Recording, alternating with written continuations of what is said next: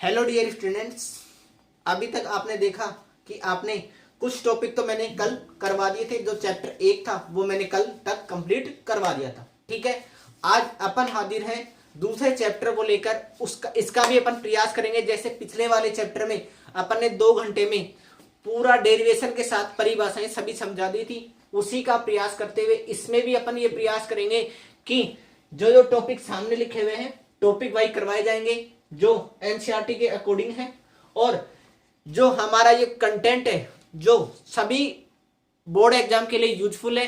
Rajasthan board, CBSE board और other board वाले exam के बच्चों के लिए क्या है, यूजफुल है। वो भी इनको देखें और अपना फायदा उठाएं। ठीक है, अपने दूसरा चैप्टर शुरू कर रहे हैं। दूसरे चैप्टर का नाम है स्थिर वैद्युत विभव एवं धारिता। स्थिर वैद्युत विभव एवं धारिता। ठीक है, स्थिर वैद्युत विभव एवं धारिता। इसमें पहला टॉपिक आता है अपना विद्युत विभव, दूसरा टॉपिक आता है विद्युत विभवांतर, विद्युत विभवांतर। तीसरा टॉपिक आता है 1 वोल्ट की परिभाषा। ठीक है, चौथा पॉइंट आता है अपना किसी बिंदु आवेश के कारण विभव। पांचवा पॉइंट आता है विद्युत द्विध्रुव के कारण विद्युत विभव। छठवां पॉइंट आता है विद्युत क्षेत्र के रेखीय समाकलन के रूप में विभव। सातवां पॉइंट आता है किसी बंद पृष्ठ के अनुदिश विद्युत क्षेत्र का रेखा समाकलन। आठवां पॉइंट आता है विद्युत क्षेत्र की स्थितिज ऊर्जा जब विद्युत क्षेत्र अनुपस्थित हो और जब विद्युत क्षेत्र उपस्थित हो। एकल आवेश के लिए, 2 आवेशों के लिए, 3 आवेशों के लिए। ठीक है, अगला टॉपिक आता है समरूप विद्युत क्षेत्र में द्विध्रुव की स्थितिज ऊर्जा।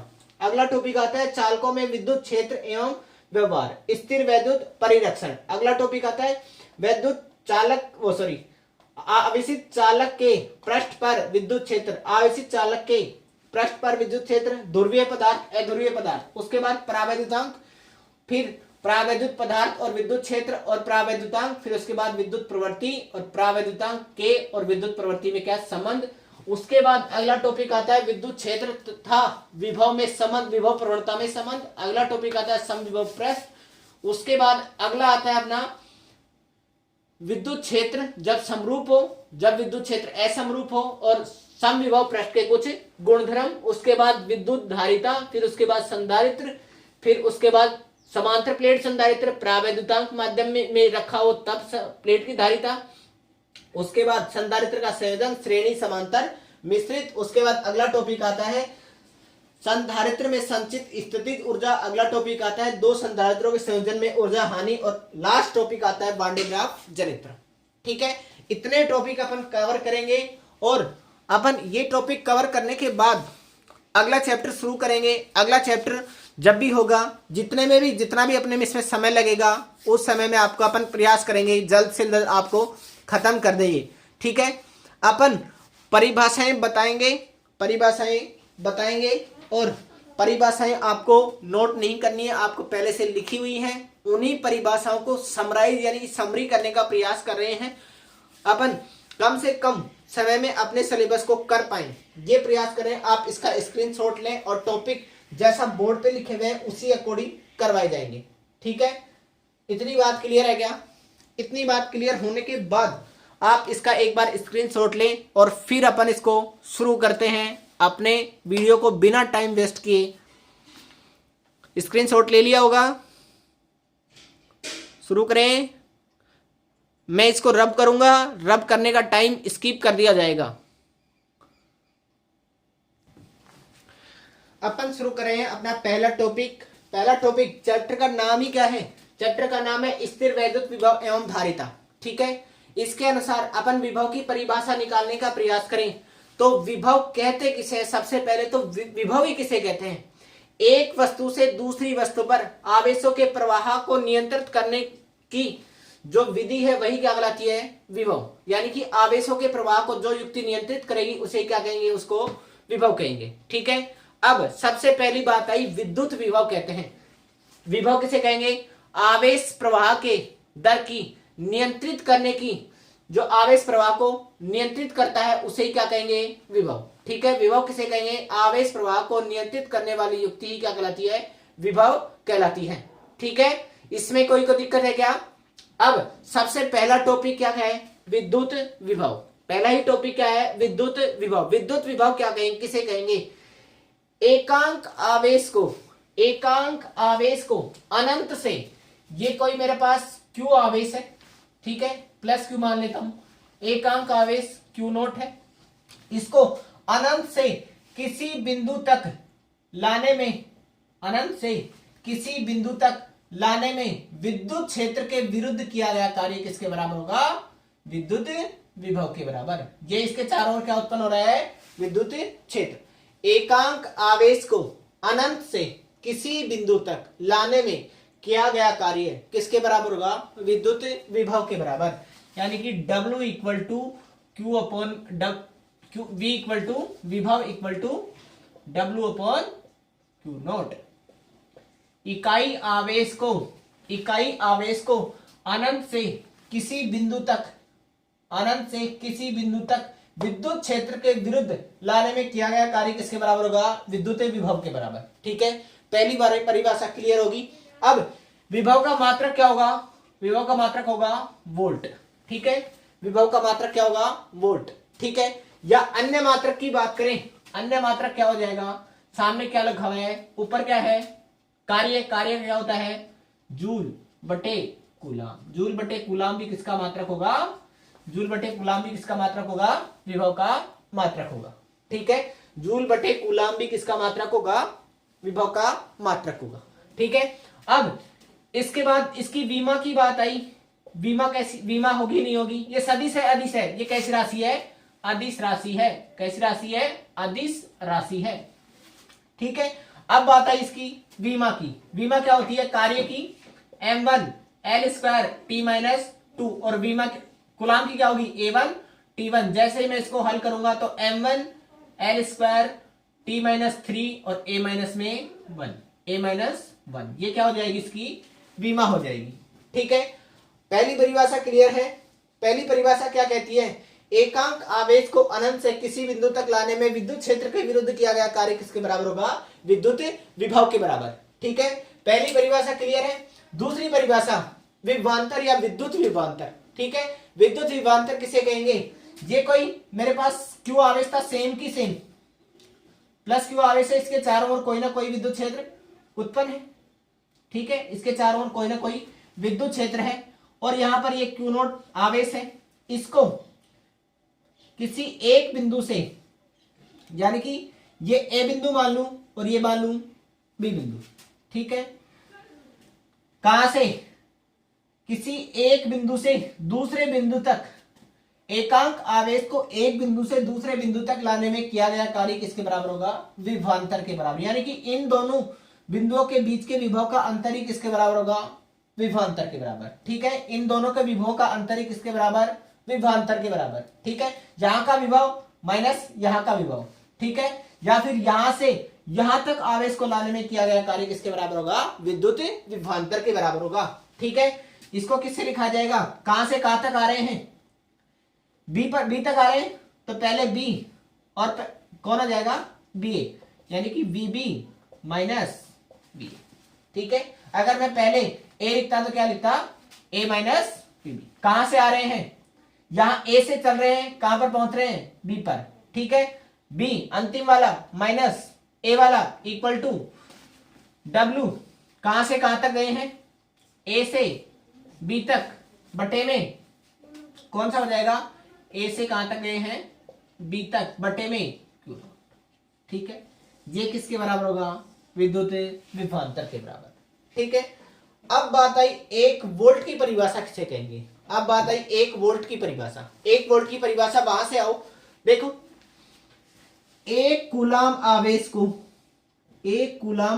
को विद्युत क्षेत्र के विरुद्ध, एक कूलाम आवेश को विद्युत क्षेत्र के विरुद्ध लाने में किया गया कार्य यदि 1 जूल हो, W का मान कितना हो? 1 जूल हो, तो प्राप्त वोल्ट यानी कि प्राप्त विभव किसके बराबर होगा? 1 वोल्ट के बराबर। एक कूलाम आवेश को विद्युत क्षेत्र के विरुद्ध लाने में किया गया कार्य 1 जूल हो तो प्राप्त विभव कितना होगा? प्राप्त विभव 1 वोल्ट होगा। प्राप्त विभव कितना होगा? 1 वोल्ट। यानी कि देखो V का मान 1 जूल बटे में 1 कूलाम कितना हो गया? 1 वोल्ट। ठीक है, आंसर कितना हो गया? 1 वोल्ट। ठीक है, 1 वोल्ट तक की परिभाषा देख ली, 1 वोल्ट तक की परिभाषा देख ली। अगला टॉपिक आ रहा है अपना, किसी बिंदु आवेश के कारण विद्युत विभव। किसी बिंदु आवेश के कारण क्या निकालना है? विद्युत विभव निकालना है। तो सबसे पहले विद्युत विभव निकालने के लिए कोई अल्पांश की कल्पना करेंगे। मैं यहां पर ही मान रहा हूं अल्पांश कितनी दूरी पर है? r दूरी पर है, और अल्पांश कितना है? dr है। ठीक है, अल्पांश कितना है? अनंत से यहां तक लाने में किया गया कार्य, यहां से q आवेश को अनंत से यहां तक लाने में किया गया कार्य, q नोट आवेश को अनंत से p तक लाने में किया गया कार्य। ठीक है, अब p तक सीधा कार्य तो नहीं निकाल सकते, पहले मैं कोई अल्पांश मानूंगा। मैंने क्या मान लिया? ये अल्पांश दूरी कितनी है? dr है। ठीक है, अल्पांश दूरी कितनी है? इसमें कार्य कितना हो रहा है? dw हो रहा है। तो कार्य dw इक्वल टू क्या होगा? बल गुणा विस्थापन, बल गुणा विस्थापन। ठीक है, बल का मान कितना होगा? F का मान किसके बराबर? Q नोट और E। ठीक है, Q नोट और E। अब देखना कहां से चल रहे हैं? अनंत से चल रहे हैं, तो चिन्ह किसका आ जाएगा? माइनस का। अगर यहां से इधर जाते तो चिन्ह किसका आ जाता? प्लस का। ठीक है, dw equal to minus Q naught E into में विस्थापन को क्या लिखा गया है? dr। ठीक है, E का मान कितना होगा? कहां तक किस पर आ रहे हैं? के क्यू बटे में कहां कितनी दूरी तक पहुंचे हैं? आर स्क्वायर दूरी तक पहुंचे। ठीक है, मान कितना हो गया? dw equal to minus Q naught E का मान कितना हो गया? के क्यू अपॉन में आर स्क्वायर इंटू में dr। मेरे को कुल कार्य निकालना हो तो मैं क्या कर दूंगा? समाकलन। क्या कर दिया मैंने? समाकलन। मान कितना हो गया? माइनस क्यू नोट समाकलन, जो राशि समान नियत है उस राशि को मैंने क्या निकाल लिया? बाहर निकाल लिया। माइनस के क्यू नोट और Q ये बाहर आ गया, अंदर क्या बच गया? 1/r² इंटू में dr। ठीक है, 1/r²। कहां से कहां तक करना है? अनंत से कहां तक आया हूं? अनंत से कहां तक आया हूं? r तक आया हूं, तो अनंत से r तक क्या कर दिया मैंने? इसका समाकलन। इसका जब समाकलन करूंगा तो कितना हो जाएगा? r कितना हो गया? n प्लस में 1 बटे में n प्लस में 1। यहां पावर कितनी है? 2 कितनी हो जाएगी? -2। तो r -1 बटे में -1। तो ये पूरा मान किसके बराबर हो गया? -1 बटे r के। कार्य का मान कितना हो गया? माइनस के क्यू नोट क्यू इंटू में किसके बराबर? -1/r के, और लिमिट अनंत से r तक। ठीक है, माइनस माइनस क्या हो गया? प्लस। कार्य का मान कितना हो गया? K Q note Q into में 1/r माइनस 1/ अनंत। अनंत कितना हो जाएगा? 0। कार्य का मान कितना हो गया? W equal to K Q note Q upon में कितना? R। ठीक है, मेरे किसका मान चाहिए? विभव का मान। ये किसका मान आ गया? कार्य का मान आ गया। मुझे मान किसका चाहिए? विभव का। तो क्यू नोट को इधर ले आया, तो W अपॉन में Q naught equal to K Q बटे में R। ठीक है, और विभव किसके बराबर होता है? V equal to W upon Q naught. ठीक है, और इसको मैं क्या लिख दूंगा? V equal to K Q upon R, K Q upon में R। और V और R के मध्य ग्राफ बनाया जाए तो ग्राफ कैसा प्राप्त होगा मुझे? B किसके समानुपाती है? 1/r के। तो मुझे ग्राफ कैसा प्राप्त होगा? ढाल वाला प्राप्त होगा। एक तरफ मैं क्या लिख लूंगा? R, और इधर क्या लिख लूंगा? V। मुझे कैसा ग्राफ प्राप्त हो जाएगा? ढाल वाला ग्राफ प्राप्त हो जाएगा। जहां तक नोट करें, आगे चलते हैं अगले टॉपिक पर। अगला टॉपिक आता है विद्युत द्विध्रुव के कारण विद्युत विभव। विद्युत द्विध्रुव के कारण विद्युत विभव। द्विध्रुव किसे कहते हैं? जिसके कितने ध्रुव हो? 2 ध्रुव हो। एक तरफ प्लस क्यू आवेश, एक तरफ माइनस क्यू आवेश। एक तरफ प्लस क्यू आवेश, एक तरफ माइनस क्यू आवेश। यहां से यहां तक की दूरी कितनी दे रखी है? ये दे रखी है r। ठीक है, मूल बिंदु O से P तक की दूरी, कोई बिंदु P दे रखा है, यहां से कितनी दूरी पर? r, जिस पर कौन सा आवेश रखा हुआ है? क्यू नोट परीक्षण आवेश रखा हुआ है। ठीक है, इस बिंदु पर मुझे किसका मान निकालना है? विद्युत विभव का मान निकालना है। ठीक है, विद्युत विभव का मान निकालने के लिए मैं यहां से एक रेखा खींचूं, ये खींच ली। ठीक है, इसको मैंने नाम दे दिया R1। ठीक है, यहां से मैंने दूसरी रेखा खींची, ये खींच ली दूसरी रेखा, इसको नाम दे दिया मैंने R2, इसको नाम दे दिया R2। ठीक है, मुझे इसका मान पता है, इसका मान पता है, इसका मान नहीं पता, इसका मान नहीं पता। ठीक है, मुझे इस बिंदु P पर किसका मान निकालना है, विद्युत विभव का मान निकालना है।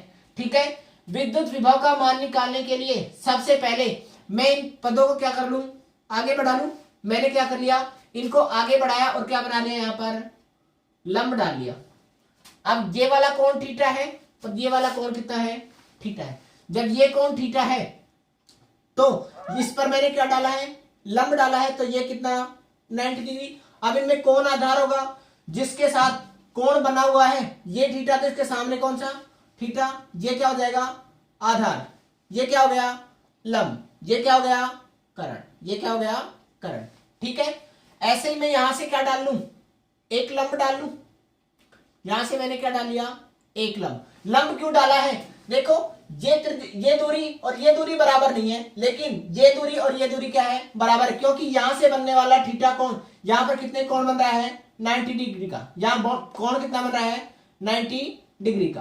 ठीक है, यहां पर जब 90 डिग्री का कोण बन रहा है तो ये कैसा बन जाएगा, ये वाली दूरी और ये वाली दूरी समबाहु त्रिभुज बन जाएगा। समबाहु त्रिभुज बना तो ये वाली दूरी और ये वाली दूरी कितनी होगी, बराबर हो जाएगी। ये यहां से यहां तक की दूरी, इसको कोई नाम दे लूं क्या, इसको मैंने n नाम दे लिया, इसको O दे लिया और इसको n दे लिया। ठीक है, अब प्लस q आवेश के कारण, आवेश के कारण बिंदु P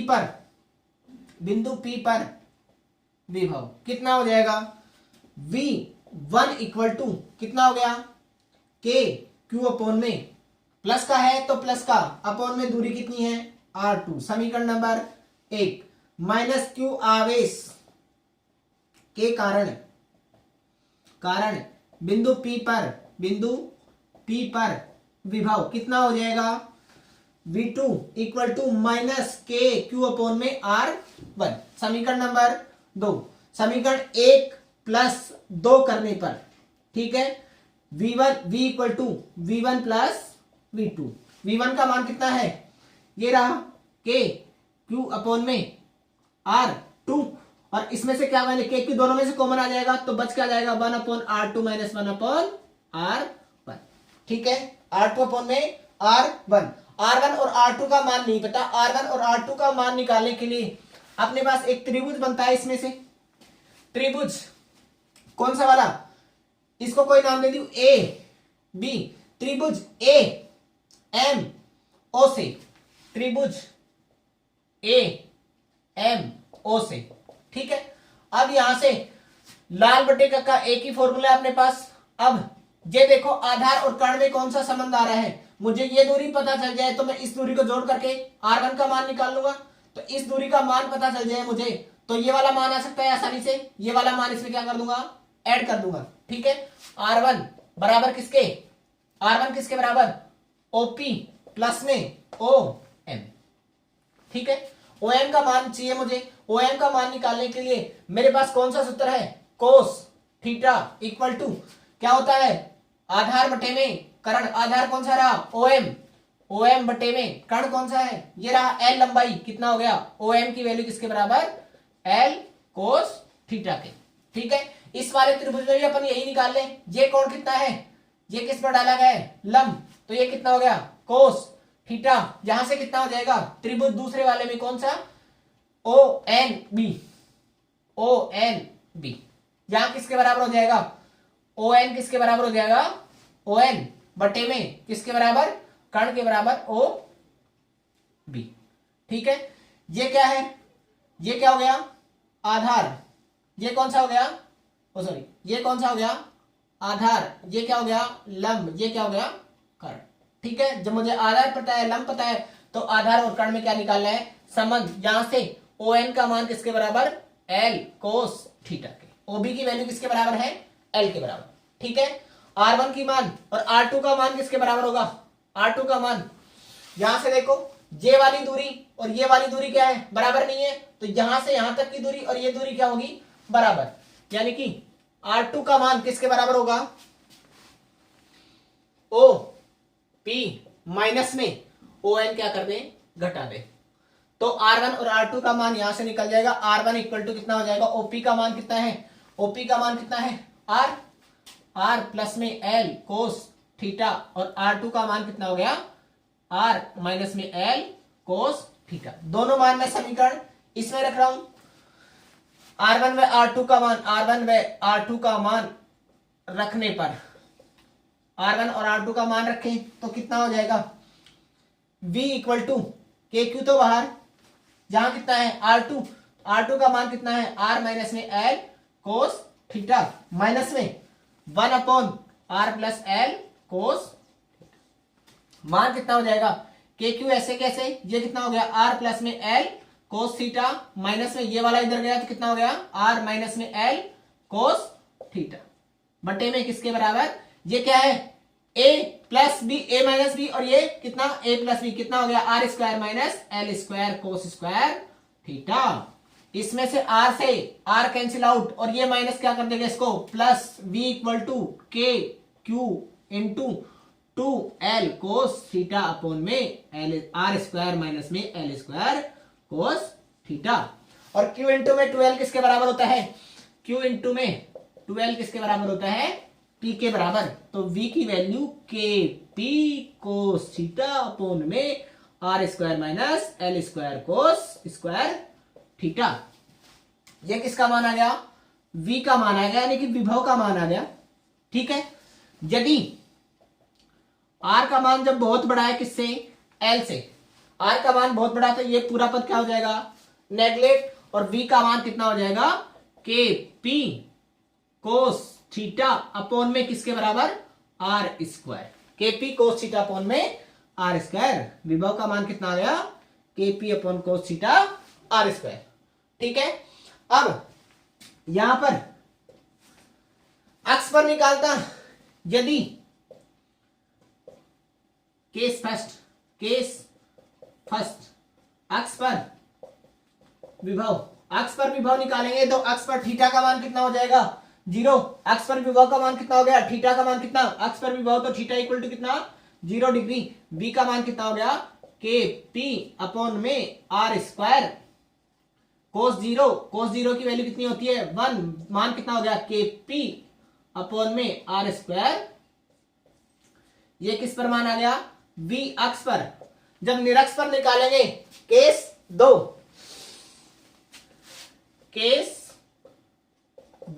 किस पर निकालें, निरक्ष पर निकालेंगे तो ये थीटा इक्वल टू कितना हो जाएगा, निरक्ष कहां पर होगा, यहां पर, तो थीटा इक्वल टू कितना हो गया, निरक्ष पर विभव कितना हो जाएगा थीटा इक्वल टू 90, तो V का मान कितना हो जाएगा 0। निरक्ष पर विभव कितना आया 0। अब देखो निरक्ष पर विद्युत क्षेत्र तो 0 नहीं आया है, लेकिन विभव का मान कितना आया है 0 आया है। ठीक है, अपन ने कल क्या कराया था, विद्युत क्षेत्र करवाया था। विद्युत क्षेत्र में बताया था विद्युत क्षेत्र अक्ष और निरक्ष पर कुछ ना कुछ वैल्यू दे देता है। अक्ष का मान 2 गुना होता है किससे, निरक्ष से। यहां पर अक्ष का मान कितना होता है KP अपॉन में R स्क्वायर, और निरक्ष पर कितना हो जाता है 0। ठीक है, अगला वाला टॉपिक करें, स्क्रीनशॉट ले लो, आगे बढ़ते हैं। फिर अगला टॉपिक अपना आ रहा है विद्युत क्षेत्र के रेखा समाकलन के रूप में विद्युत विभव। यानी कि अभी अभी अपन ने निकलवाया, तब अपन क्या कर रहे थे, अनंत से लेके आ रहे थे, अनंत से Q नॉट RS को लेके आ रहे थे। अब की बार कहां से लेके आ रहे हैं, A से B तक। W अपने क्या निकालना है, विभव का मान निकालना है। विभव किसके बराबर होता है, W अपॉन Q नॉट। ठीक है, अभी अपन ने पढ़ाया W इक्वल टू कार्य, DW इक्वल टू बल गुणा विस्थापन। अब मैं सीधा मान लिख रहा हूं, कितना हो गया minus Q note E into में विस्थापन कितना, क्या लिख लिया मैंने dr ले लिया। ठीक है, विस्थापन कितना ले लिया dr ले लिया, और मैंने अब क्या कर दिया, इसका समाकलन कर दिया। क्या कर दिया मैंने, समाकलन। कहां से कहां तक होगा, कहां से आए हैं, ये कितना है, ये RB, यहां से यहां तक RB, यहां से RA से कहां तक आए हैं, RB तक। ठीक है, मैं dw अपॉन में Q नोट,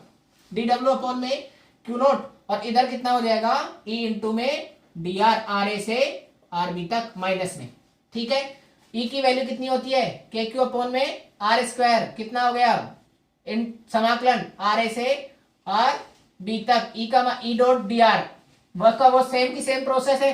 मान कितना आ गया, विभव का मान, ठीक है, ए से बी तक मान कितना हो गया, ये कितना है माइनस, माइनस माइनस क्या हो गया माइनस, और इसका मान कितना निकल के आ गया के क्यू 1 अपॉन किसके माइनस आर के, और कहां से आर ए से कहां तक आर बी तक।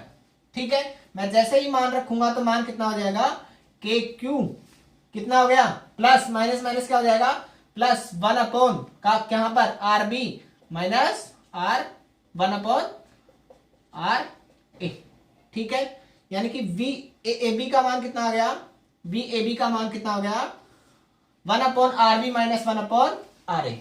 ठीक है, यहां पर एक चीज और देखना, E dot of D R की value, E dot of D R की वैल्यू जब समाकलन किया है तो आर ए से कहां तक आर बी तक। आपकी बात इसमें मैंने क्या नहीं लिया है, माइनस नहीं लिया है। मान कितना होगा इसका देखना, माइनस 1 अपॉन आर और कहां से कहां तक आर ए से आर बी तक।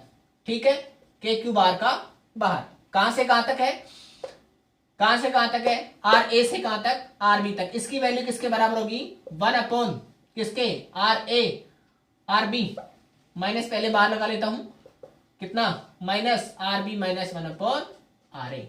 ठीक है, इसका मान कितना होगा माइनस, माइनस को मैं अंदर ले लूं तो कितना हो जाएगा K Q 1 upon R A minus में 1 अपॉन आर बी। देखना कहां से कहां तक का समाकलन है, आर ए से आर बी तक का। ठीक है, अब मैं इसको उठा के मैंने कहा रख दिया यहां, तो यह क्या हो जाएगा सीक्वेंस क्या हो जाएगी चेंज हो जाएगी, सीक्वेंस क्या हो जाएगी चेंज हो जाएगी।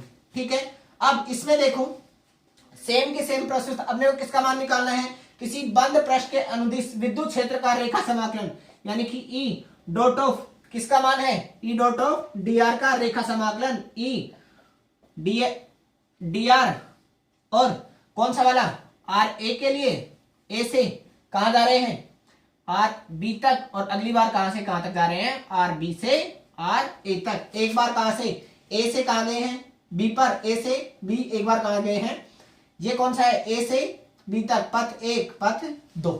ठीक है, दोनों पथों का चयन करके एक बार आगे जा रहे हैं एक बार पीछे जा रहे हैं। मान कितना हो गया ए dot of D are, E dot of D R की वैल्यू वहां से रख दें, आर ए से बी तक किया गया है, ए से बी तक, तो मान कैसे के क्यू अपॉन में 1 अपॉन आर ए माइनस में 1 अपॉन आर बी प्लस यहां कहां से है बी से, कहां से बी से, तो ये क्या हो जाएगी सीक्वेंस चेंज हो जाएगी K Q 1 upon R B minus में 1 अपॉन आर ए।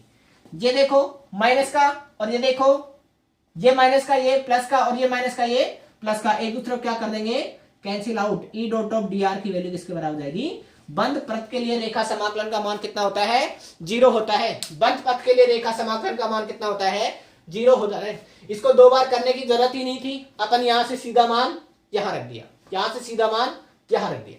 ठीक है, यहां पर ई डॉट ऑफ डी आर का अलग से समाकलन किया और मान रख दिया, ई डॉट ऑफ डी आर का अलग से समाकलन किया मान रख दिया। अपने को जहां इस मान की आवश्यकता थी तो मैंने मान वहां निकाल के दिखा दिया। ये आपको अपनी कॉपी में करवा रखा है, इसको मैंने डायरेक्ट करवा दिया, इसको साइड में एक बार फिर से करा के दिखा दिया है। ठीक है, यहां तक नोट करें, अगले टॉपिक पर बढ़े।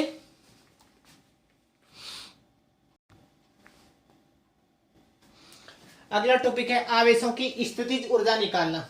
ठीक है, आवेशों की स्थितिज ऊर्जा निकालना। स्थितिज ऊर्जा किसे कहते हैं, एकांक आवेश को अनंत से किसी बिंदु तक लाने में किया गया कार्य ही किसके रूप में संचित होता है, स्थितिज ऊर्जा के रूप में संचित होता है। एकांक आवेश को अनंत से किसी बिंदु तक लाने में किया गया कार्य किसके रूप में संचित होता है, स्थितिज ऊर्जा के रूप में। या अपन कहें किसी एकांक आवेश को किसी आवेश के पास ले जाने में उस विद्युत क्षेत्र के विरुद्ध किया गया कार्य किसके रूप में संचित होता है, स्थितिज ऊर्जा के रूप में। किया गया कार्य ही कहने का किसके रूप में है, स्थितिज ऊर्जा के रूप में। ठीक है, जब विद्युत क्षेत्र अनुपस्थित है तब की कंडीशन ये है, जब विद्युत क्षेत्र उपस्थित होगा तब की कंडीशन कुछ अलग होगी। ठीक है, जब एकल आवेश को किसमें रखा गया है, विद्युत क्षेत्र अनुपस्थित है, विद्युत क्षेत्र नहीं है, ई का मान क्या यहाँ पर कितना है, ई इक्वल टू कितना है, विद्युत क्षेत्र कितना है 0 है, ई का मान कितना है 0 है, विद्युत क्षेत्र नहीं है, यहाँ पर विद्युत क्षेत्र उपस्थित नहीं है, तो किया गया कार्य W इक्वल टू, अपन ने अभी परिभाषा क्या दी,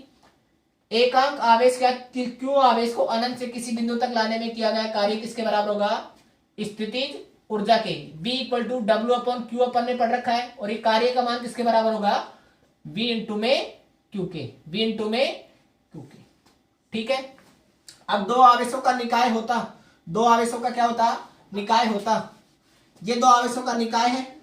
ठीक है, ये दो आवेश Q1 और Q2, तो इनके मध्य स्थितिज ऊर्जा या कार्य W या स्थितिज ऊर्जा कितनी होती है, K Q1 Q2 अपॉन में इनके बीच की दूरी के बराबर। दोनों आवेशों के गुणनफल व इनकी बीच की दूरी के व्युत्क्रमानुपाती। ठीक है, किया गया कार्य K Q1 Q0 अपॉन में R के बराबर होगा। किया गया कार्य किसके बराबर होगा, K Q1 Q2 अपॉन में R स्क्वायर। तीन आवेशों का निकाय होता, ये तीन आवेशों का निकाय है।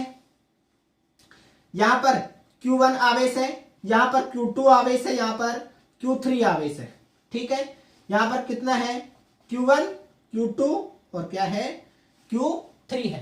ठीक है, इन आवेशों के निकाय के कारण स्थितिज ऊर्जा का मान, यहां से यहां तक की दूरी क्या मान लू मैं, यहां से R1 2 और ये दूरी कितनी R23 और R13, U का मान कितना हो जाएगा, K Q1 Q2 अपॉन में इन दोनों के बीच की दूरी कितनी है, R12 प्लस में K Q1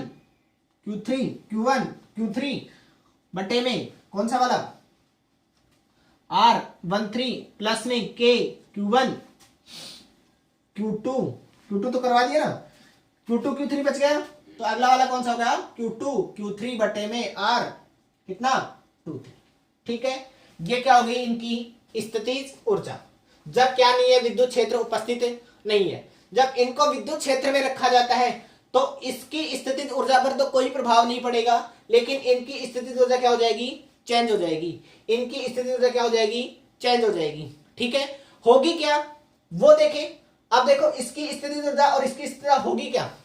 ठीक है, देखें इसकी स्थितिज ऊर्जा तो क्या रहेगी, अब क्या है, विद्युत क्षेत्र नहीं है। अब की बार दूसरा स्टेप है इसका, जब विद्युत क्षेत्र उपस्थित है, जब विद्युत क्षेत्र अनुपस्थिति की जगह क्या लिख ले, उपस्थित है। ठीक है, अब की बार क्या है, उपस्थित, ये तो सेम रहेगा। ठीक है, अब अनंत से कहां तक लाए, अनंत से Q0 आवेश को यहां तक लाए, तो अब की बार कार्य का मान क्या हो जाएगा, अलग अलग हो जाएगा। तो ये मिटा दिया मैंने, सारों को मिटा दिया है। अब की बार यहां से यहां तक लाने में किया गया कार्य है W1 equal to Q1 into में V, Q1 इंटू में V, Q1 इंटू में V।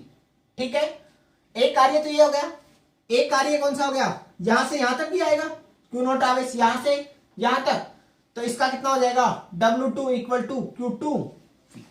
एक आवेश कौन सा, एक स्थिति किस कहां से कहां तक होगी, इन दोनों के बीच होगी, यानी कि W कुल का मान किसका होगा, W1 plus W2 plus W12।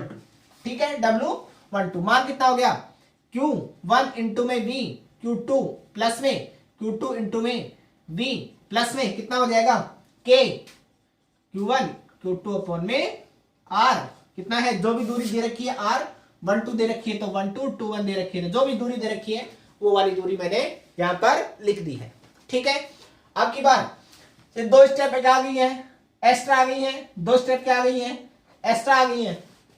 अब यहां पर तीन होते तो यहां से यहां तक लाने में कार्य W1, ठीक है, यहां से यहां तक लाने में कार्य W2 और यहां से यहां तक लाने में कार्य कौन सा होगा, यहां से यहां तक, यानी कि Q0 आवेश यहां रखा था, अब की बार Q0 यहां रखा था, अब की बार Q0 यहां रखा, यहां से यहां तक जाने में किया गया कार्य W1 इक्वल टू किसके बराबर होगा, Q1 इंटू में V के बराबर। यहां से यहां तक W2 equal to Q2 into में V के बराबर, और ये कौन सा होगा, W3 का मान किसके बराबर होगा, W1 का मान ये रहा, W2 का मान क्या हो जाएगा, W2 का मान कितना होगा, ये बीच में क्या आ जाएगा, एक और स्टेप आ जाएगी, कितनी, K Q1, सारों को एक साथ ही लिख लेंगे, कुल कार्य लिख ले, क्या कुल कार्य W1 का मान Q1 इंटू में V, Q1 इंटू में V, इसके कारण अनंत से यहां तक Q2 V प्लस में यहां से यहां तक कितना Q3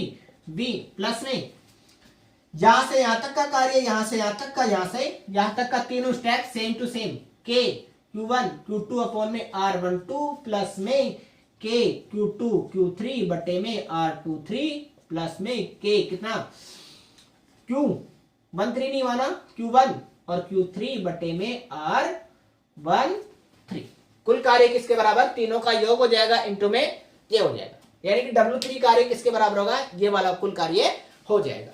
ठीक है, जब कौन सा है, विद्युत क्षेत्र उपस्थित है। जब विद्युत क्षेत्र उपस्थित नहीं था तब कुछ कंडीशन अलग बनी थी, तब ये Q1 V1 इंटू में Q2V प्लस में Q3V ये नहीं आता था। ठीक है, यहां तक कोई दिक्कत है क्या, आगे बढ़े। अगला टॉपिक आता है समरूप विद्युत क्षेत्र में द्विध्रुव की स्थितिज ऊर्जा। समरूप विद्युत क्षेत्र में द्विध्रुव की क्या निकालनी है, अपने को स्थितिज ऊर्जा निकालनी है। स्थितिज ऊर्जा निकालने के लिए आप अपने क्या लेंगे, एक द्विध्रुव लेंगे। द्विध्रुव किसे कहते हैं, एक प्लस और एक माइनस क्यू, यानी कि जिसके दो ध्रुवों से क्या कहा जाता है, द्विध्रुव कहा जाता है। ठीक है, इधर लगने वाला बल कौन सा होगा, प्लस QE, और इधर लगने वाला बल कौन सा होगा, माइनस QE। ठीक है, अब इसको किस में रख दिया गया है, समरूप विद्युत क्षेत्र में। समरूप विद्युत क्षेत्र में तो इसको घुमाने में किया गया कार्य किसके रूप में संचित होगा, स्थितिज ऊर्जा के रूप में। ठीक है, किसके रूप में संचित होगा, स्थितिज ऊर्जा के रूप में। ठीक है, यहां पर बल आघूर्ण का मान, इस यहां पर बल आघूर्ण का मान टो इक्वल टू, कल निकलवाया था बल आघूर्ण का मान PE साइन थीटा। बल आघूर्ण का मान कितना है, PE साइन थीटा। अपने को किसका मान निकालना है, कार्य का मान निकालना है। कार्य किसके बराबर होता है, कार्य अपन ने एक ही सीख रखा है, कार्य किसके बराबर, बल गुणा विस्थापन।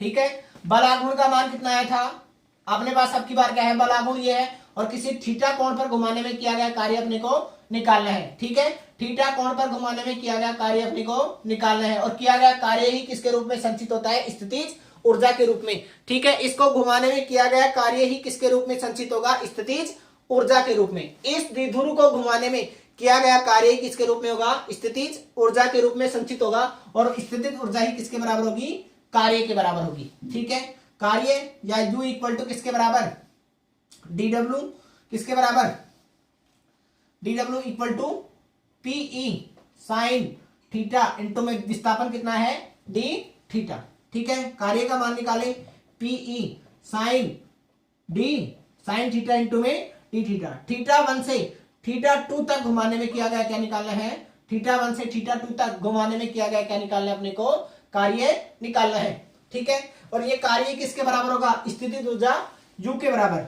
ठीक है, U या W का मान जैसे ही मैं इसका समाकलन करूंगा तो P तो मेरा क्या आ गया, बाहर आ गया, और साइन का क्या हो जाएगा, साइन थीटा इंटू में D थीटा, थीटा 1 से थीटा 2, और साइन थीटा का समाकलन किसके बराबर होता है, साइन थीटा का समाकलन माइनस में कोस थीटा के बराबर, कोस थीटा के बराबर। और जो लिमिट दे रखी है वही अपन क्या रख देंगे, लिमिट। ठीक है, साइन थीटा इंटू में डी थीटा, मान कितना हो गया, U इक्वल टू PE कितना, माइनस में कोस थीटा, और लिमिट कहां से कहां तक, थीटा 1 से थीटा 2 तक। मान कितना आ गया, U का मान कितना आ गया, माइनस PE कोस कितना, कोस थीटा 2 माइनस में कोस थीटा 1। ठीक है, cos theta 1 minus cos theta 2 minus cos theta 1।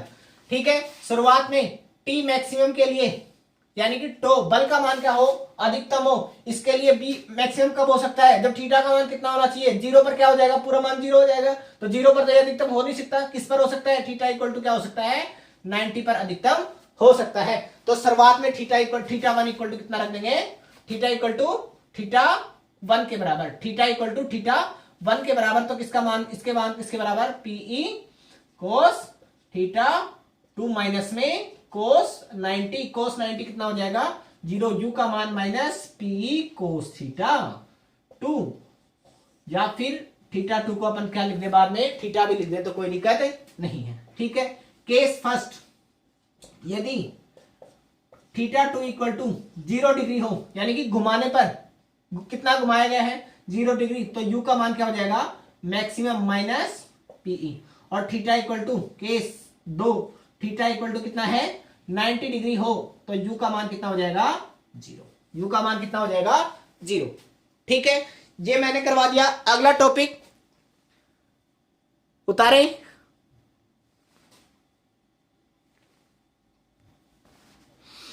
अगला टॉपिक आता है चालकों में विद्युत क्षेत्र का व्यवहार। चालक विद्युत क्षेत्र में व्यवहार कैसे करते हैं।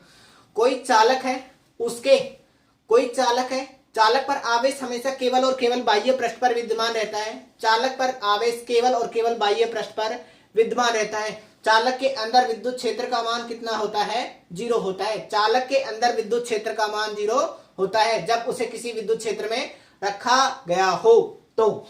ठीक है, यानी कि चालक के अंदर विद्युत क्षेत्र कितना होता है, ई इन कितना होता है, 0 होता है।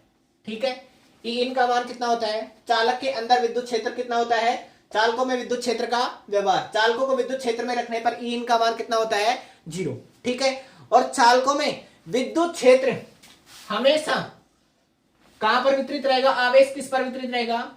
चालकों पर आवेश हमेशा केवल और केवल सरफेस पर यानी कि पृष्ठ पर वितरित रहेगा। केवल और केवल किस पर वितरित रहेगा, पृष्ठ पर। ठीक है, और हमेशा विद्युत क्षेत्र की दिशा हमेशा पृष्ठ के क्या रहेगी, लंबवत रहेगी। ठीक है, विद्युत क्षेत्र की दिशा हमेशा पृष्ठ के क्या रहेगी, लंबवत रहेगी। विद्युत क्षेत्र की दिशा हमेशा पृष्ठ के क्या होती है, लंबवत। यानी कि यहाँ विद्युत क्षेत्र ये होगा, यहाँ कोई अल्पांश काटा, यहाँ पर कोई अल्पांश, इसके क्षेत्र अल्पांश काटा है, इसका विद्युत क्षेत्र हर कहीं क्या होगा, बाहर होगा। चालकों में विद्युत क्षेत्र की दिशा हमेशा क्या होती है, पृष्ठ के बाहर होती है। ठीक है, चालकों पर विभव का मान संपूर्ण आयतन पर विभव का मान कितना रहता है, नियत रहता है। संपूर्ण आयतन पर विभव का मान क्या रहता है, नियत रहता है। और आवेश हमेशा विभव का मान कोई चालक है उस पर समान रूप से वितरित रहता है। ठीक है, संपूर्ण आयतन पर विभव का मान नियत रहता है। ठीक है, चाहे अंदर मापे चाहे बाहर मापे। लेकिन विद्युत क्षेत्र का मान अंदर तो कितना हो जाता है, 0 हो जाता है। इन का कितना हो जाता है, 0। लेकिन विभव अंदर भी 0 नहीं होता है, संपूर्ण आयतन पर विभव विद्यमान रहता है। ठीक है, ये था विद्युत क्षेत्र का व्यवहार। ठीक है, अगला आता है स्थिर विद्युत परिरक्षण। ठीक है, अपन क्या लें, इस क्षेत्र को किससे सुरक्षित करना है, इस क्षेत्र में विद्युत क्षेत्र नहीं आना चाहिए, यानी कि ई का मान क्या करना है, 0 करना है। ठीक है, तो मैं इसे कोई किसी चालक गोले में बंद करके बाहर से विद्युत क्षेत्र आरोपित भी की जाए, विद्युत क्षेत्र क्या की जाए, आरोपित भी की जाए। ये विद्युत क्षेत्र, ये विद्युत क्षेत्र, ये विद्युत क्षेत्र। ठीक है, अगर विद्युत क्षेत्र आरोपित भी किया जाए तो विद्युत क्षेत्र की दिशा हमेशा पृष्ठ के क्या होगी, लंबवत होगी। ठीक है, हमेशा पृष्ठ के क्या होगी, लंबवत। और चालक गोले के अंदर विद्युत क्षेत्र का मान कितना होगा, 0 होगा। चालक गोले के अंदर विद्युत क्षेत्र का मान कितना होगा, 0 होगा। चालक गोले के अंदर विद्युत क्षेत्र का मान कितना होगा, 0। और इस क्षेत्र को क्या किया जा सकता है, फिर सुरक्षित किया जा सकता है। ठीक है, अब आवेशित चालकों के पृष्ठ पर विद्युत क्षेत्र का मान कैसे होगा। ये कोई मेरे पास आवेशित चालक है। ठीक है, ये मेरे पास कोई आवेशित चालक है, आवेशित चालक के पृष्ठ पर निकालना है। ठीक है, मैंने एक पृष्ठ यहाँ, ये सारे आवेश कहां पर वितरित है, समान रूप से वितरित है। ठीक है, यहां मैंने कोई पृष्ठ काट ली, इस पर विद्युत क्षेत्र की दिशा E इंटू डीए की दिशा जो भी होगी, तो इससे निर्गत फ्लक्स का मान phi equal to E into में डीए कोस थीटा।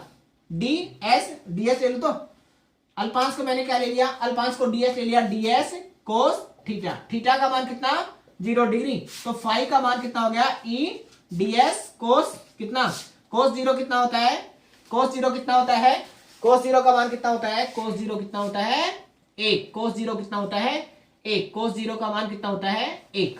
ठीक है, अब गाउस के नियम से गाउस का नियम क्या कहता है, गाउस का नियम phi equal to Q upon किसके बराबर, एप्सिलॉन। कुल आवेश का मान किसके बराबर, क्यू इंटू में 1 अपॉन एप्सिलॉन। पृष्ठीय आवेश वितरण किसके बराबर होता है, sigma equal to Q upon में ए के बराबर, क्यू अपॉन में ए के बराबर, या क्यू और एस ले रखा है, तो पृष्ठ को क्या ले लिया मैंने, एस ले लिया। पृष्ठ को क्या ले रखा है, एस। पृष्ठीय आवेश का तो कितना है, सिग्मा क्यू अपॉन में एस के। ठीक है, तो यहां से क्यू का मान कितना हो जाएगा, सिग्मा इंटू में एस के बराबर। तो फाई का मान कितना हो गया, यहां से फाई का मान सिग्मा एस अपॉन में एप्सिलॉन नोट। समीकरण नंबर 1, समीकरण नंबर 2। ठीक है, समीकरण 1 और समीकरण 2। यहां पर डीएस भी लिख सकता था, जैसे मैं इसका समाकलन करूंगा डी फाई, जैसे मैं इसका समाकलन करूंगा ई इनटू में ds का क्या हो जाएगा s सिग्मा s अपॉन में एप्सिलॉन नॉट। s से s कट गया, e की वैल्यू कितनी आ गई सिग्मा अपॉन एप्सिलॉन।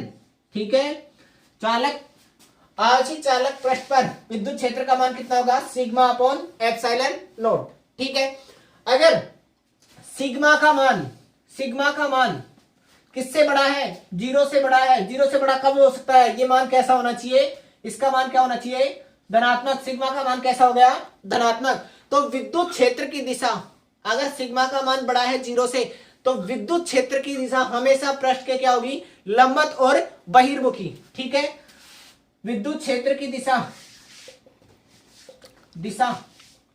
पृष्ठ के लंबवत तथा क्या होगी बहिर्मुखी, यानी कि बहिर्मुखी यानी कि बाहर की तरफ फैलने वाली। ठीक है, यानी कि विद्युत क्षेत्र की दिशा ऐसे होगी बहिर्मुखी, किसी भी दिशा में जा सकती है। ठीक है, अगर सिग्मा का मान लेस देन 0 होता, यानी कि सिग्मा का मान कितना हो जाता नेगेटिव। जब ये नेगेटिव है तो विद्युत क्षेत्र की दिशा तो हमेशा फिर भी क्या होगी लंबवत ही होगी, फिर भी क्या होगी लंबवत ही, लेकिन दिशा कैसी हो जाएगी अंतर्मुखी। बहिर्मुखी का बाहर की तरफ, अंदर की तरफ, इसका अर्थ क्या हो जाएगा विद्युत क्षेत्र की दिशा हमेशा क्या होगी पृष्ठ के लंबवत तथा कैसी होगी अंतर्मुखी होगी। कैसी होगी अंतर्मुखी होगी। ठीक है, ये वाला टॉपिक भी आपका खत्म है। ठीक है, स्क्रीनशॉट लो, फिर आगे बढ़ते हैं आगे। अगला टॉपिक आता है ध्रुवीय पदार्थ और अध्रुवीय पदार्थ। ध्रुवीय पदार्थ किसे कहते हैं, वे पदार्थ जिनके धनात्मक आवेश और ऋणात्मक आवेश, यानी कि धनात्मक और ऋणात्मक एक दूसरे के क्या हो संपाती हों, एक दूसरे के क्या हो संपाती हों। ठीक है, जिनके केंद्र क्या हो संपाती हों, जिनके केंद्र जैसे कि मेरे हाथ ने मेरे हाथ को ढक लिया, इनके केंद्र क्या है संपाती है। ठीक है, इनके केंद्र क्या है संपाती है, यानी कि एक दूसरे को क्या ले ढक ले, एक दूसरे को क्या ले ढक ले। ठीक है, उसे क्या कहेंगे ध्रुवीय पदार्थ। ठीक है, ध्रुवीय पदार्थ वे पदार्थ जिनके धनात्मक आवेश तथा ऋणात्मक आवेश एक दूसरे को क्या कर ले ढक ले, एक दूसरे को ढक ले, उन्हें क्या कहेंगे ध्रुवीय पदार्थ। ठीक है, जैसे कि H2 O2 N2। ठीक है, H और H, ये H और ये H एक दूसरे को क्या कर लेंगे ढक लेंगे, क्योंकि इनका आकार क्या है समान है। ये O और O एक दूसरे का आकार दोनों का क्या है समान है, एक दूसरे को ढक लेंगे। N और N आकार दोनों का क्या है एक समान, एक दूसरे को क्या कर लेंगे ढक लेंगे। ठीक है, अब अगली बात आती है वे पदार्थ जिनके धनात्मक आवेश तथा ऋणात्मक आवेश के केंद्र, धनात्मक आवेश तथा ऋणात्मक आवेशों के केंद्र क्या नहीं हो संपाती नहीं हो, उन्हें क्या कहेंगे अध्रुवीय पदार्थ। वे पदार्थ जिनके धनात्मक और ऋणात्मक आवेश एक दूसरे क्या नहीं हो संपाती नहीं हो, उन्हें क्या कहेंगे अध्रुवीय पदार्थ, उन्हें क्या कहेंगे अध्रुवीय पदार्थ। ठीक है, ध्रुवीय अध्रुवीय कैसे हो जाएंगे CO2 कितना हो गया C double bond O, C double bond O। ठीक है, एक दूसरे के केंद्र क्या नहीं होंगे संपाती नहीं होंगे, एक दूसरे को ढक नहीं पाएंगे। ठीक है, उन्हें क्या कहेंगे अध्रुवीय पदार्थ। जिनके केंद्र संपाती, ये किसके उदाहरण है अध्रुवीय के, ये किसके उदाहरण है ध्रुवीय के। ठीक है, अब ध्रुवीय अणु में विद्युत क्षेत्र का पदार्थ। ध्रुवीय अणु किसे कहते हैं जिनके धनात्मक और ऋणात्मक आवेश क्या हो, ये एक ऋणात्मक तो दूसरा धनात्मक, एक ऋणात्मक तो दूसरा धनात्मक, एक ऋणात्मक और दूसरा धनात्मक, एक ऋणात्मक दूसरा धनात्मक। ठीक है, अब देखो इसमें क्या होता है जब इनको विद्युत क्षेत्र में नहीं रखा जाए तो इसके ध्रुवण का मान, विद्युत ध्रुवण, इसके ध्रुवण का मान, ठीक है, P का मान कितना नहीं होगा 0 होगा। ठीक है, P का मान क्या होगा 0 होगा। जब विद्युत क्षेत्र का मान 0 है तो ये इसको कैंसिल आउट कर देगा, ये इसको, ये इसको, ये इसको और ये इसको। जब इसको कोई विद्युत क्षेत्र में नहीं रखा गया है, ठीक है, इस ध्रुवीय पदार्थ को किसी विद्युत क्षेत्र में नहीं रखा गया है, तब इसके ध्रुवण का मान कितना होगा, ध्रुवण का मान कितना होगा, विद्युत ध्रुवण का मान कितना होगा 0 होगा। P का मान कितना होगा जब E इक्वल टू कितना है 0 है। ठीक है, अब की बार इसको क्या रखा गया है, विद्युत क्षेत्र E नॉट इक्वल टू 0 में रखा गया है। ठीक है, अब क्या हो जाएंगे पहले तो ये क्या थे, बिखरे हुए थे। जब इनको विद्युत क्षेत्र नहीं मिल रहा था तो ये केंद्र में कहीं भी फैले हुए घूमकर कहीं भी रह सकते हैं, यहां भी जा सकते हैं, कोई यहां भी, कोई यहां भी, कहीं भी रह सकते हैं। जैसे ही इनको समरूप विद्युत क्षेत्र में रखा गया है, जैसे ही इनको किसमें, समरूप विद्युत क्षेत्र में रखा गया है, तो ये क्या हो जाते हैं, संरेखित हो जाते हैं। क्या हो जाते हैं, संरेखित हो जाते हैं, ऐसे हो जाते हैं, यानी कि एक ही रेखा में क्या हो जाते हैं। अब इसके ध्रुवण का मान कभी भी 0 नहीं होता है। इसके ध्रुवण का मान, ये वाले एक दूसरे को काट देंगे, ये वाले एक दूसरे को काट देंगे, लेकिन इधर कैसा आवेश, धनात्मक, तो इधर ऋणात्मक। यहां P इक्वल टू कितना नहीं होगा, 0 नहीं होगा। यहां पर क्या हो जाएगा, इनके ध्रुवण का मान कब 0 होगा, जब E इक्वल टू 0 है तो इनके ध्रुवण का मान कितना होगा, 0 होगा। जब इनको E नॉट इक्वल टू 0 में रखा जाएगा तो ये कैसे हो जाएंगे, ध्रुवित हो जाएंगे। ये क्या हो जाएंगे, ध्रुवित हो जाएंगे, एक ही रेखा में क्या हो जाएंगे, व्यवस्थित हो जाएंगे। इन्हें क्या कहा जाता है, अध्रुवीय पदार्थों का विद्युत क्षेत्र में ध्रुवण। ठीक है, यानी कि ध्रुवण पर क्या प्रभाव पड़ता है, अध्रुवीय पदार्थ है, पहले क्या हुए थे, कैसे भी रखे हुए थे, बिखरे हुए थे। अब की बात, जैसे इनको विद्युत क्षेत्र में रखा गया तो ये क्या हो जाएंगे, व्यवस्थित हो जाएंगे, व्यवस्थित हो जाएंगे। इनका क्या कहते हैं, अध्रुवीय अणुओं पर विद्युत क्षेत्र का क्या होता है, प्रभाव होता है। ठीक है,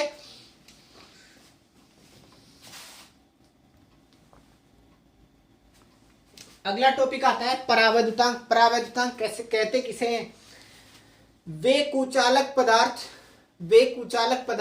या अचालक पदार्थ जो धारा का चालन ना करे उन्हें क्या कहेंगे, परावैद्युतांक पदार्थ, परावैद्युत पदार्थ, सॉरी।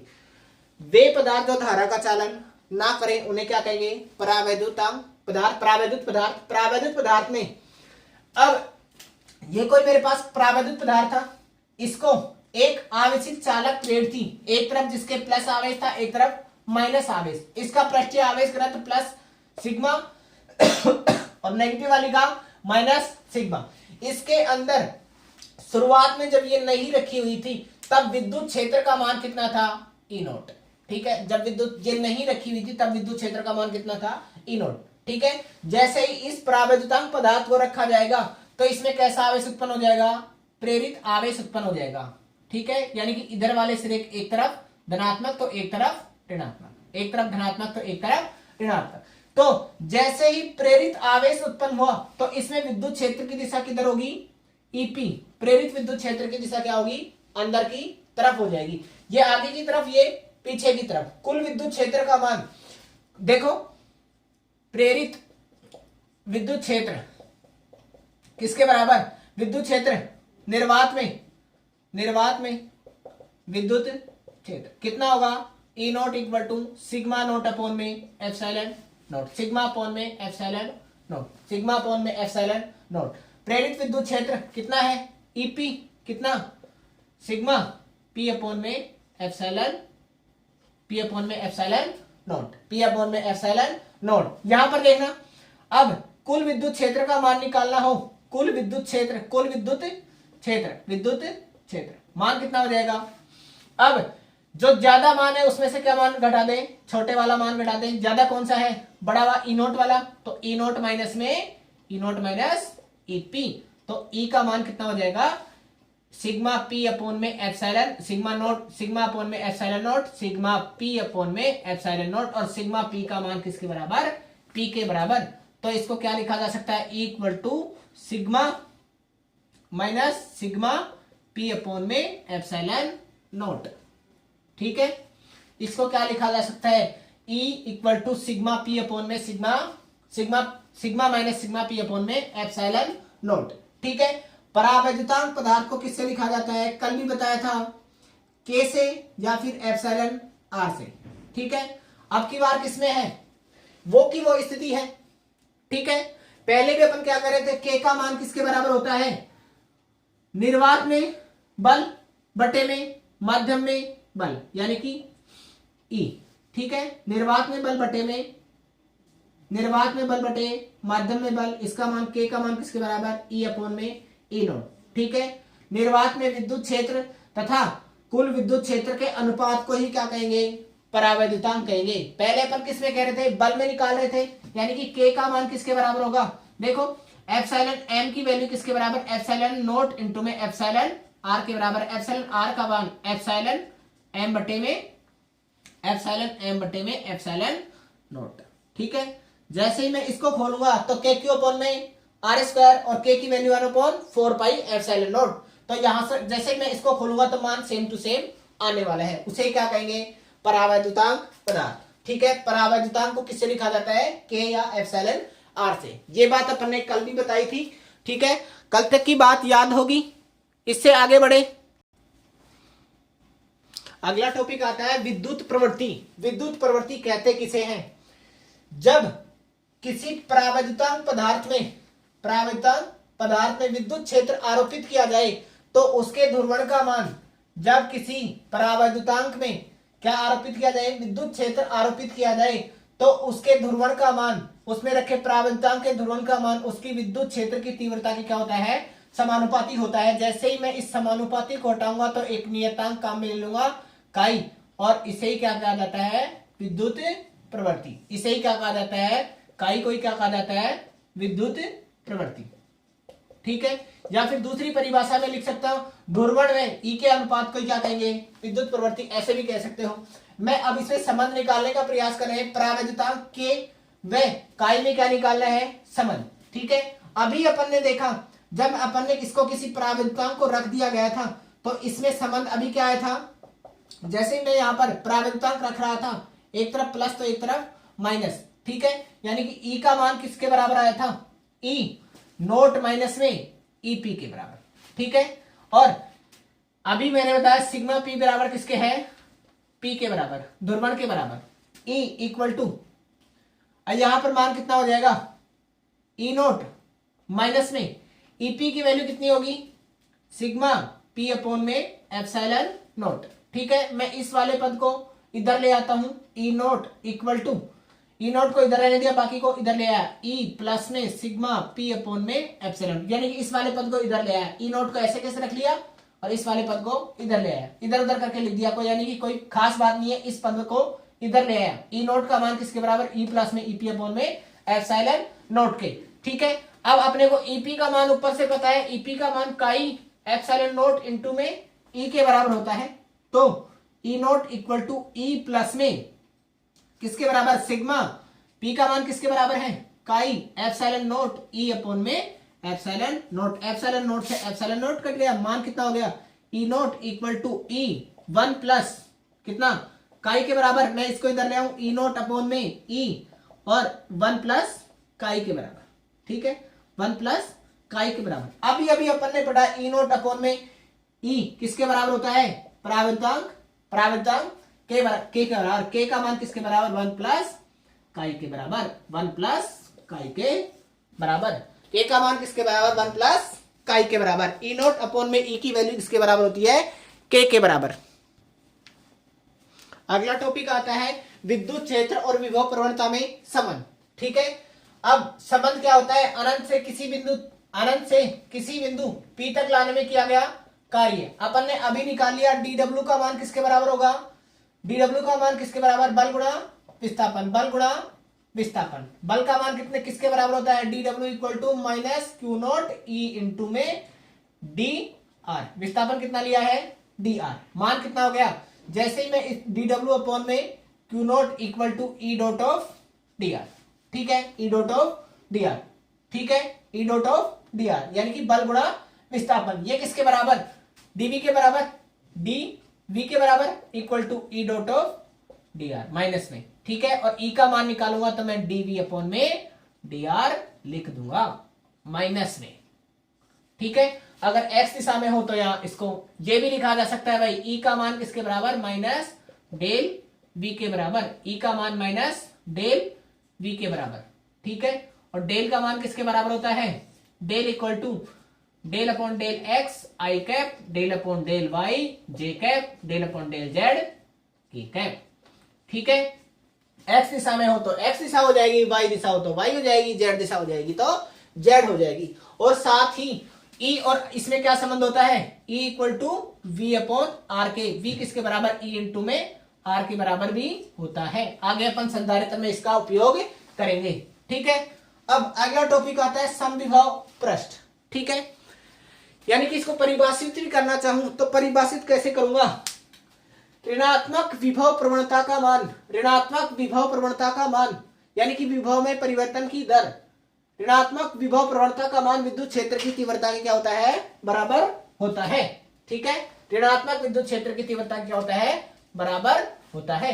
ठीक है, अब समविभव पृष्ठ, ऐसा पृष्ठ जिस पर विभव का मान क्या हो, एक समान हो, जिस पर विभव का मान क्या हो, एक समान हो, उसे क्या कहेंगे, समविभव पृष्ठ। ठीक है, ऐसा पृष्ठ जिस पर विभव का मान क्या हो, एक समान हो, उसे क्या कहेंगे, समविभव पृष्ठ। ठीक है, अब आया समरूप विद्युत क्षेत्र में समविभव पृष्ठ कैसा होगा। ठीक है, समरूप विद्युत क्षेत्र में, समरूप विद्युत क्षेत्र ऐसा ही होता है जिसमें विद्युत क्षेत्र की रेखाओं के बीच के क्या हो, गैप क्या हो, बराबर हो।